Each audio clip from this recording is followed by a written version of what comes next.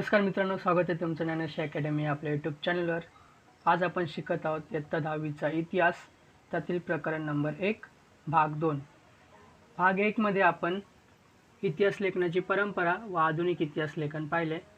आता आपण पाहणार आहोत युरोपमधील वैज्ञानिक दृष्टिकोनाचा विकास आणि इतिहास लेखन व महत्त्वाचे विचारवंत।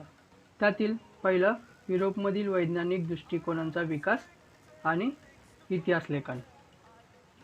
इसवी सनाच्या 18व्या शतकाच्या काळापर्यंत युरोपमध्ये तत्त्वज्ञान आणि विज्ञान या क्षेत्रामध्ये लक्षणीय प्रगती झाली। बघा, इसवी सनाच्या 18व्या शतकाच्या काळापर्यंत म्हणजे 1701 पासून युरोपमध्ये तत्त्वज्ञान आणि विज्ञान या क्षेत्रामध्ये लक्षणीय प्रगती झाली होती।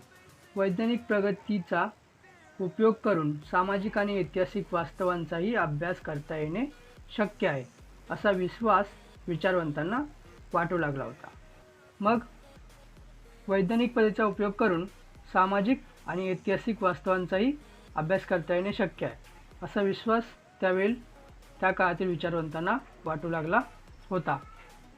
पुढील काळात युरोप अमेरिकामध्ये इतिहास आणि इतिहास लेखन या विषयासंबंधी खूप विचारमंथन झाले। इतिहास लेखनामध्ये वस्तुनिष्ठतेला महत्त्व येत गेले।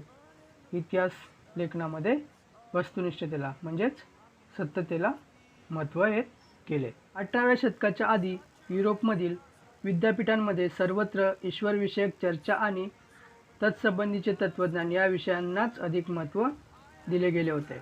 मग 18वे शतक चालू व्हायच्या अगोदर युरोपमध्ये जे विद्यापीठ होते त्या विद्यापीठांमध्ये सर्वत्र ईश्वरविषयक चर्चा आणि त्यासंबंधित तत्त्वज्ञान इत्यादी विषय शिकवले जात होते आणि त्यांना अधिक महत्त्व दिले जात होते। परंतु हे चित्र हळूहळू बदलू लागले। इसवी सन 1737 मध्ये जर्मनीमधील गॉटिंगेन विद्यापीठाची स्थापना झाली। मग इसवी सन 1737 रोजी जर्मनीमध्ये गॉटिंगेन या विद्यापीठाची स्थापना झाली आणि या विद्यापीठात प्रथमच इतिहास या विषयाला स्वतंत्र स्थान प्राप्त झाले। त्यापाठोपाठ जर्मनीमधील इतर विद्यापीठेही इतिहासाच्या अभ्यासाची केंद्र बनली। पुढे आपण पाहणार आहोत काही महत्त्वाचे विचारवंत। इतिहास लेखनाचे शास्त्र विकसित होण्याचे अनेक विचारवंतांचा हातभार लागला। त्यातील काही महत्त्वाच्या विचारवंतांची माहिती आपण पुढे घेऊया। त्यातील पहिले आहेत रेने देकार्त। त्यांचा जन्म 1596 रोजी झाला व मृत्यू 1650 रोजी झाला। एखादी गोष्ट सत्य आहे असे निसंशयरित्या प्रस्थापित होत नाही तोपर्यंत तिचा स्वीकार कदापि करू नये, असा नियम रेने देकार्त यांनी मांडला। इतिहास लेखनासाठी वापरल्या जाणाऱ्या ऐतिहासिक साधनांची, विशेषतः कागदपत्रांची विश्वासार्हता तपासून घेणे आवश्यक आहे, असे मत आग्रहाने मांडले जात होते। त्यामध्ये रेने देकार्त हा फ्रेंच तत्त्वज्ञ अग्रभागी म्हणजे सुरुवातीला होता। रेने देकार्त याने लिहिलेल्या डिस्कोर्स ऑन द मेथड या ग्रंथातील एक नियम शास्त्रशुद्ध संशोधनाच्या दृष्टीने फार महत्त्वाचा मानला जातो। मग त्याने डिस्कोर्स ऑन द मेथड हा ग्रंथ लिहिला। त्या ग्रंथामधील एक नियम फार महत्त्वाचा मानला जातो। तर तो कोणता? तर एखादी गोष्ट सत्य आहे असे निसंशयरित्या प्रस्थापित होत नाही तोपर्यंत तिचा स्वीकार कदापि करू नये, हा तो नियम होय। बघा, 17व्या शतकात इतिहास लेखनासाठी वापरल्या जाणाऱ्या विशेषतः कागदपत्रांची विश्वासार्हता तपासून घेणे आवश्यक आहे, असे मत मांडले जात होते। मग त्या मतामध्ये कोण? रेने देकार्त हा अग्रभागी होता। पुढे पहा, व्हॉल्टेअर। व्हॉल्टेअरला आधुनिक इतिहास लेखनाचा जनक असे म्हणतात। व्हॉल्टेअरचा जन्म 1694 रोजी झाला व मृत्यू 1778 रोजी झाला। व्हॉल्टेअरचे मूळ नाव फ्रान्सवा मरी अरुये असे होते।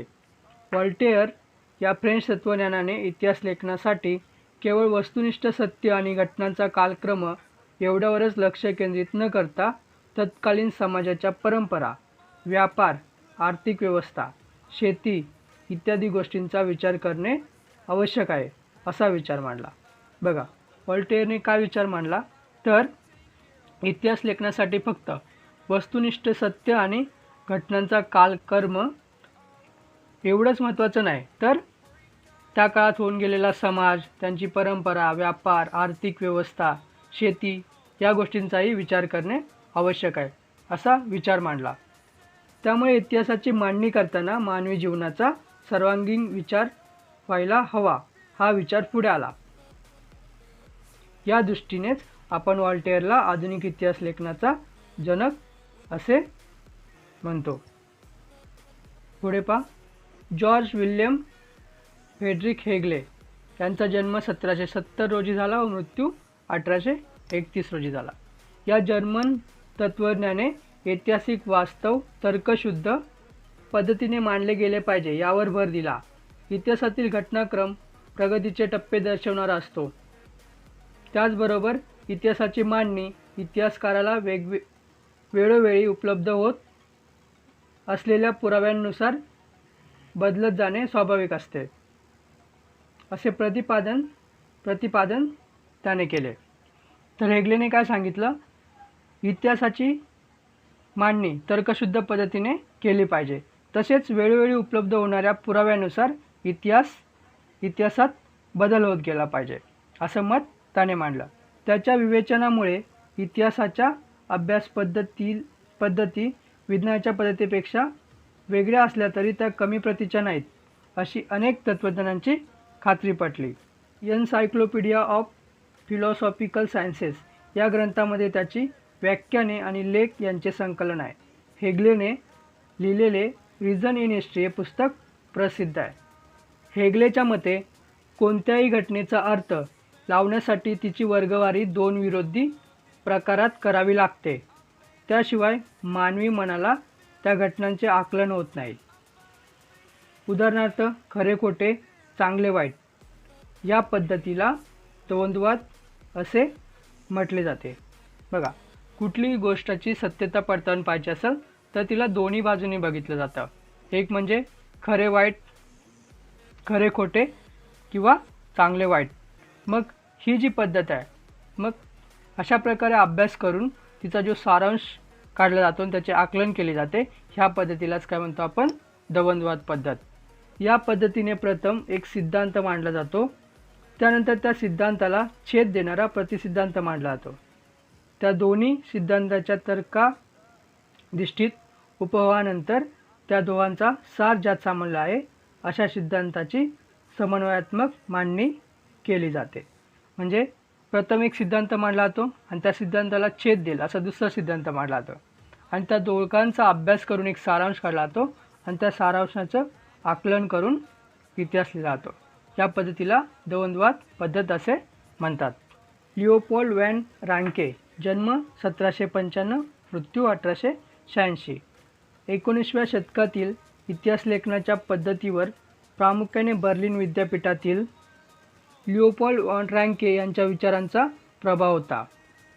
त्याने इतिहास संशोधनाची चिकित्सक पद्धती कशी असावी ते सांगितले.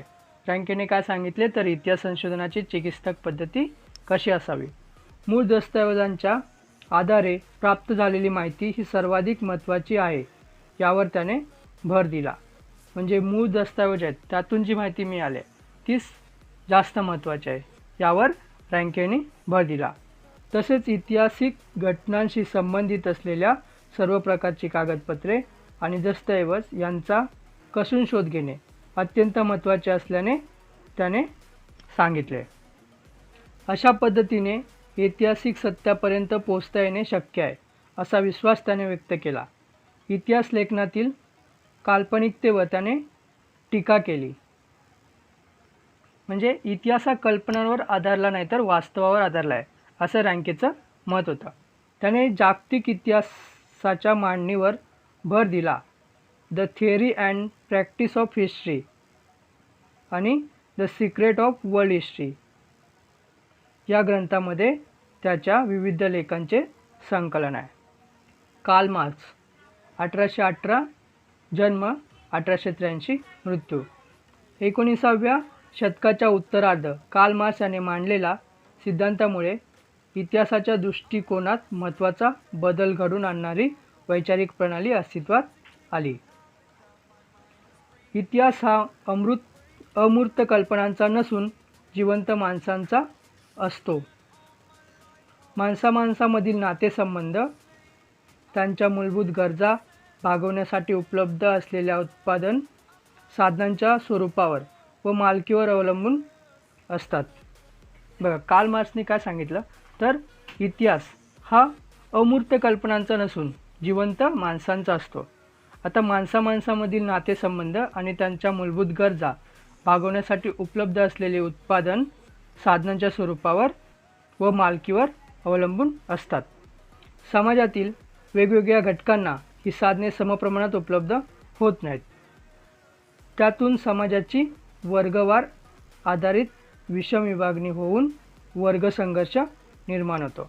मग ह्या ज्या गोष्टी आहेत त्या समाजातील सर्व लोकांना समप्रमाणात उपलब्ध होत नाहीत. त्यातूनच काय होतं तर समाजाची वर्गवारी होते आणि ह्या वर्गवारीतूनच वर्गसंघर्ष निर्माण होतो. मानवी इतिहास अशा वर्गसंघर्षाचा इतिहास असून ज्या वर्गाच्या ताब्यात उत्पादन साधने असतात तो इतर वर्गांचे आर्थिक शोषण करतो अशी मांडणी त्यांनी केली. त्याचा दास कॅपिटल हा ग्रंथ जगप्रसिद्ध आहे. ॲनल्स प्रणाली. 20व्या शतकाच्या सुरुवातीस फ्रान्समध्ये ॲनल्स नावाने ओळखली जाणारी इतिहास लेखनाची प्रणाली उदयास आली. ॲनल्स प्रणालीमुळे इतिहास लेखनाला एक वेगळीच दिशा मिळाली. इतिहासाचा अभ्यास फक्त राजकीय घडामोडी, राजे, महान नेते आणि त्या अनुषंगाने राजकारण, मुत्सद्देगिरी, युद्धे यांच्यावर केंद्रित न करता तत्कालीन हवामान, स्थानिक लोक, शेती, व्यापार, तंत्रज्ञान, दळणवळण, संपर्काची साधने, सामाजिक विभागणी आणि समूहाची मानसिकता यांसारख्या विषयांचा अभ्यास करणे महत्त्वाचे मानले जाऊ लागले. ॲनल्स प्रणाली सुरू करण्याचे आणि तिचा विकास करण्याचे श्रेय फ्रेंच इतिहासकारांना दिले जाते. बघा, 20व्या शतकाच्या सुरुवातीस फ्रान्समध्ये ॲनल्स नावाची प्रणाली उदयास आली. पहिला जो इतिहास होता तो जास्त करून राजे, महाराजे, परत त्यांच्या दरबारातील मुत्सद्देगिर म्हणजे त्यांच्या दरबारातील हुशार लोक, परत त्यांच्या लढाया याच्यावरच जास्त लिहिला जायचा. पण 20व्या शतकामध्ये व्यापार, तंत्रज्ञान, दळणवळण, संपर्काची साधने, शेती, स्थानिक लोक, सामाजिक विभागणी अशा समूहाची मानसिकता अशा विषयांवर इतिहास लिहिण्यास सुरुवात झाली.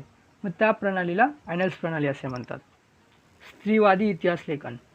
स्त्रीवादी इतिहास लेखन म्हणजे स्त्रियांच्या दृष्टिकोनातून केलेली इतिहासाची पुनर्रचना. सिमोन दी बोवा या फ्रेंच विदुषीने स्त्रीवादी मूलभूत भूमिका सिद्ध केली. स्त्रीवादी इतिहास लेखनामध्ये स्त्रियांचा अंतर्भाव करण्याबरोबर इतिहास लेखनाच्या क्षेत्रातील पुरुषप्रधान दृष्टिकोनाचा पुनर्विचार करण्यावर भर दिला गेला. त्यानंतर स्त्रियांच्या आयुष्याशी निगडीत नोकरी, रोजगार, ट्रेड युनियन, त्यांच्यासाठी काम करणाऱ्या संस्था, स्त्रियांचे कौटुंबिक आयुष्य यांसारख्या विविध पैलूंचा सविस्तर विचार करणारे संशोधन सुरू झाले. 1990 नंतर स्त्री हा एक स्वतंत्र सामाजिक वर्ग मानून इतिहास लिहिण्यावर भर दिला गेला. स्त्रीवादी इतिहास लेखनावर सुद्धा भर देण्यात आला. तर स्त्रियांच्या रोजच्या आयुष्याशी निगडीत नोकरी, रोजगार, ट्रेड युनियन, परत त्यांच्यासाठी काम करणाऱ्या संस्था, स्त्रियांचे कौटुंबिक आयुष्य इत्यादी विविध पैलूंवर सविस्तर विचार करून संशोधन सुरू झाले. मायकेल फुको 1926 ते 1984. 20व्या शतकातील फ्रेंच इतिहासकार मायकेल फुको यांच्या लेखनातून इतिहास लेखनाची एक नवी संकल्पना पुढे आली. त्याच्या आर्किओलॉजी ऑफ नॉलेज या ग्रंथामध्ये त्याने इतिहासाची कालक्रमानुसार अखंड मांडणी करण्याची पद्धत चुकीची आहे असे प्रतिपादन केले. पुरातत्वामध्ये अंतिम सत्यापर्यंत पोचणे हे उद्दिष्ट नसून भूतकाळातील स्थित्यंतरांचे स्पष्टीकरण देण्याचा प्रयत्न असतो याकडे त्याने लक्ष वेधले. फुको याने इतिहासातील स्थित्यंतरांचे स्पष्टीकरण देण्यावर भर दिला. म्हणून त्याने या पद्धतीला ज्ञानाचे पुरातत्व असे म्हटले आहे.